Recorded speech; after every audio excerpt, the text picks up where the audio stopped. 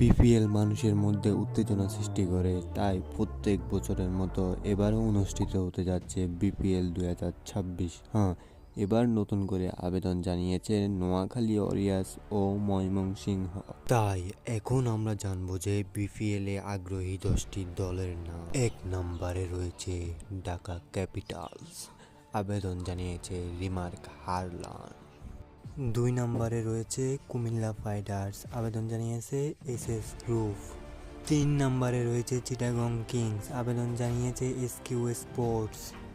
4 নম্বরে রয়েছে খুলনা টাইগার্স, আবেদন জানিয়েছে মাইন্ড ট্রি। 5 নম্বরে রয়েছে রংপুর রাইডার্স, বসুন্ধরা গ্রুপস।